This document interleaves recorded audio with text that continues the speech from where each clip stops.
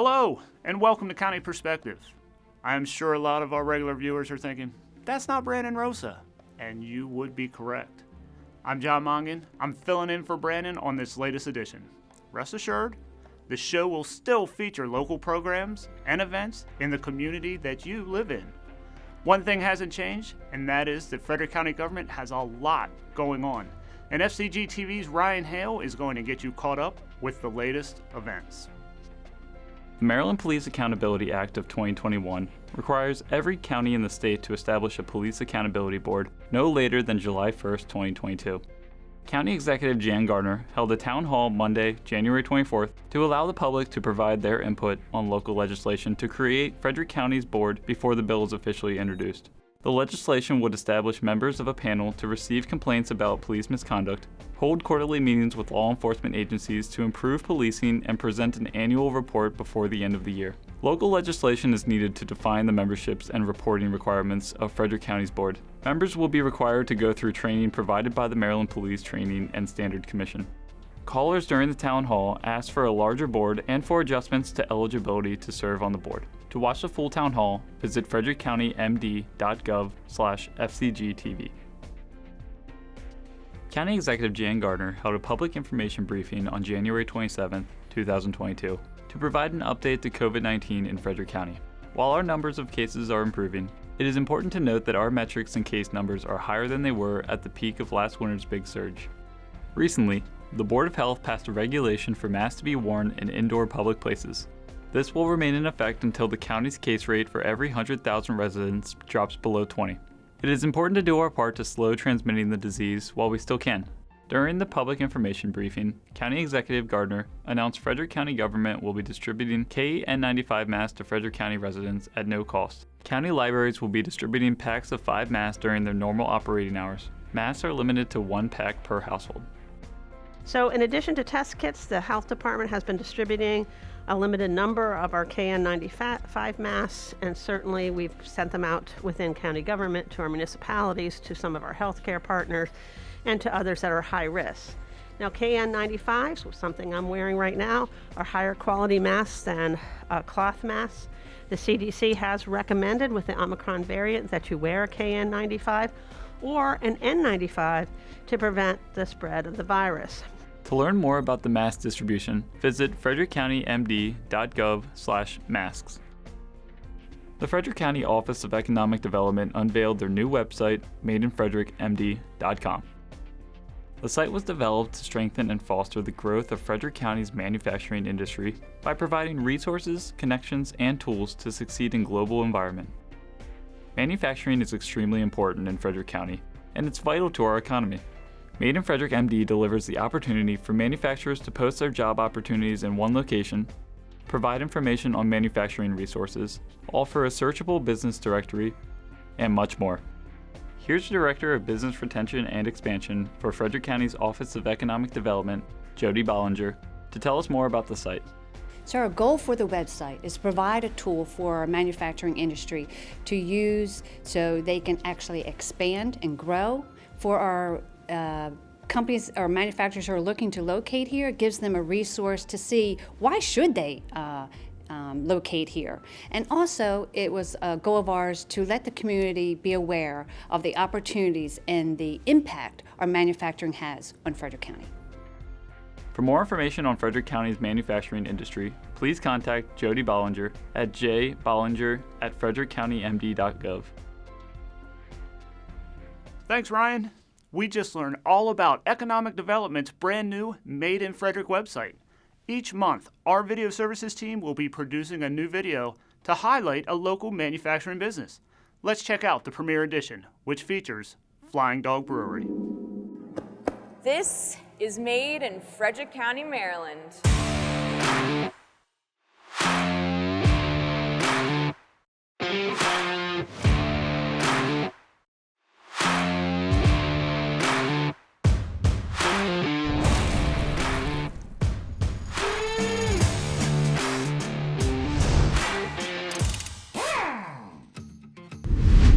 Hi, I'm Emily, and welcome to Flying Dog Brewery here in historic Frederick, Maryland.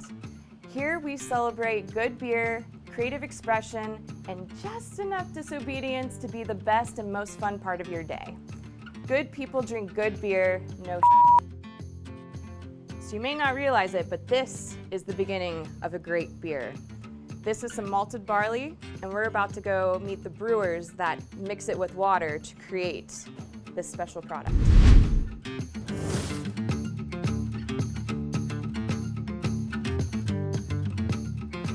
Here we are in the upper brew house. While we are a large craft brewery, this is not a highly automated process. There's a lot of artistry, creativity, and hands-on activity in what we do. Here we are with our brewers, Connor and Dave in the back. But Connor, what is your favorite part about being a brewer? My favorite part about being a brewer, especially here at Flying Dog, is all the different beers we create, to be honest. I love the just creativity that goes into brewing the different styles, such as stouts, porters, IPAs, and that.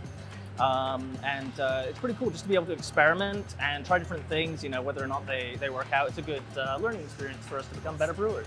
So what would surprise people the most about being a brewer? I think that the thing that would surprise people the most is just how dirty and sweaty this job is. You know, we're climbing in and out of tanks, a lot of cleaning, such as the calandries inside of the brew kettles. A lot of sweat. Yeah, basically glorified janitor.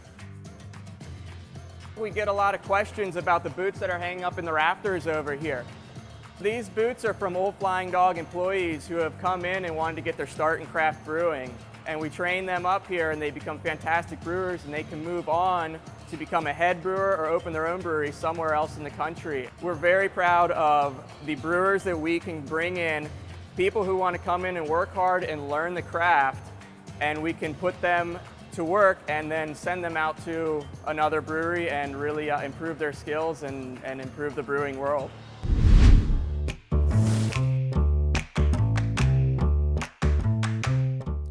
People who work in the lab come from a lot of different backgrounds and experiences. I have my food science degree. We have a chemistry doctorate with Dr. Greg Winter.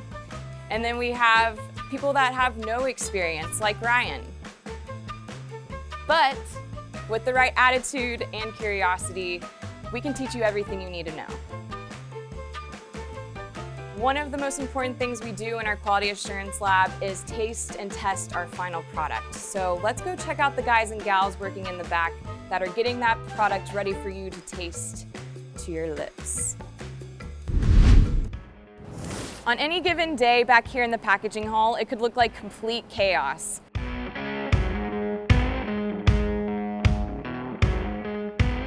But we actually have it all figured out. We have calm, collective communication. Everyone knows what they need to be doing to ensure that we're giving out the highest quality product with safety and efficiency in mind. This is where our beer is packaged, stored, and distributed. Here we have dozens of people bottling, kegging, canning, and shipping our product to you. We also have a full-time maintenance team to keep our operation running silky smooth. Our bottler can process up to 250 bottles per minute, and we bottle roughly about 100,000 bottles each day. Here we are in one of our massive coolers where we store most of our packaged product before it gets distributed out to you. And here we have our packaging variety pack supervisor, Justine, here to explain to us her favorite little party trick. So every time I go to the liquor store, I go back to where they have the Flying Dog packaging. I look past all the 6-packs. I go to the variety pack, and right here you can see there's a date. I look for that date code, and then I reminisce on the time that I was making these variety packs and how it was important for us to get these done in order for them to be shipped out. And it makes me feel proud that we were able to get that goal so people could have their beer. We don't just sit around and drink beer all day. There's definitely a sense of fulfillment when we have a huge, like, 120,000 bottle day and then we're finished at the end. It's just awesome. You feel so accomplished, and then you go home and then you get to enjoy the beer that we've made. We're just a bunch of misfits that make really good beer.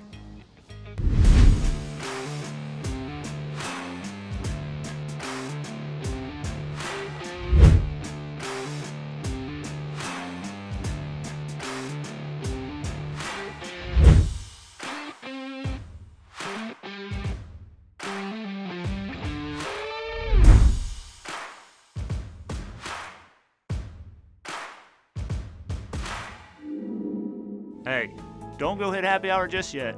We still have more county perspective coming your way.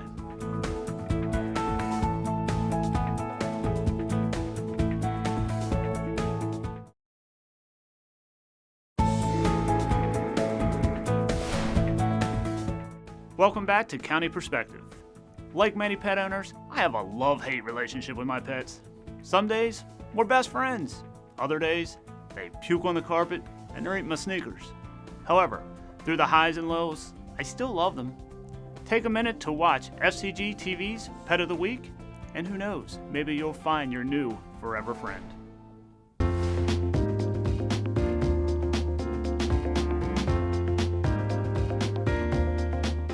Lacey's adorable appearance has brought her a lot of attention from adopters, but due to her shyness, most haven't been a good fit. Lacey is playful and accepting of affection. However, she is still startled by loud noises and scared by new environments, so this sweet kitten will need a very patient and understanding family. She seems fine with cats and dogs, but would do best with older children who can respect her boundaries. If you're up for a little burrito time to help Lacey feel safe with her new home and family, submit an application today. To learn more about Lacey and her adoption process, call Frederick County Animal Control and Pet Adoption Center at 301-600-1546. Well, we didn't have a white Christmas, but so far January has brought plenty of snow and ice. Our team caught up with Highway Operations Supervisor Mike Ramsberg to learn more about how Frederick County handles the winter weather.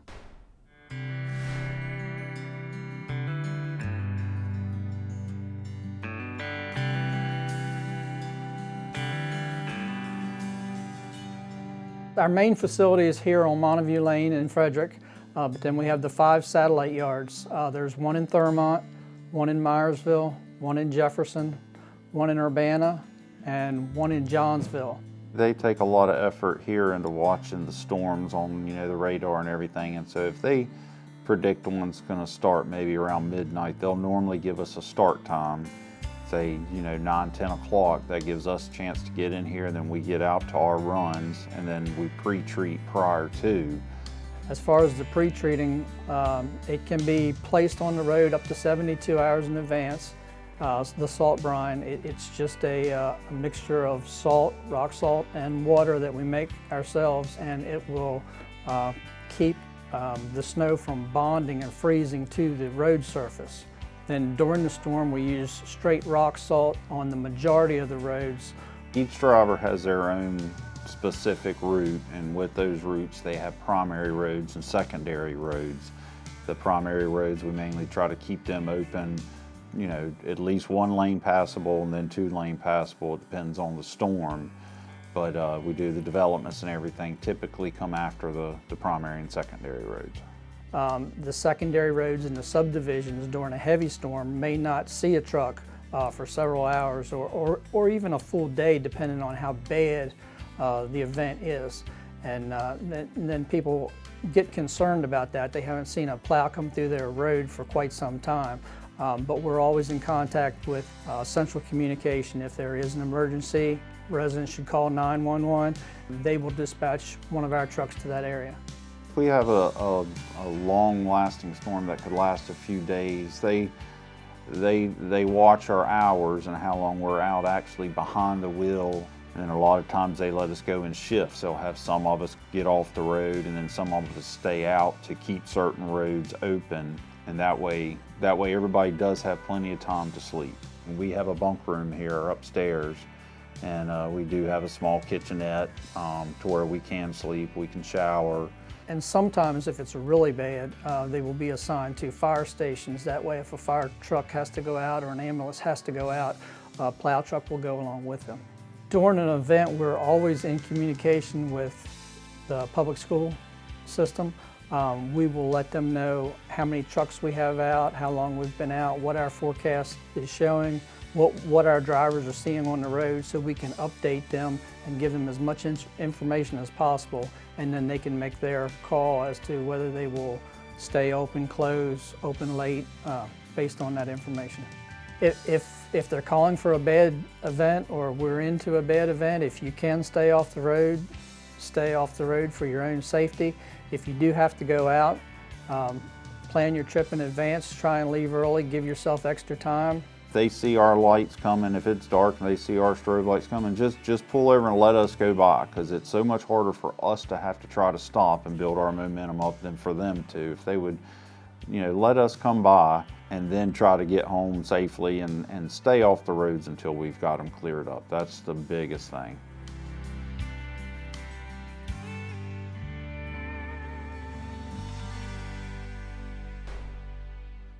Thanks, Mike. By the way, just in case your road doesn't get plowed or your mailbox gets hit by a plow, you can report these or other winter weather issues on the county's new mobile application, FCG Fix-It. Learn more about this application or download it at frederickcountymd.gov/FCG-Fix-It. While you are on the county's website, check it out for some upcoming events just like these.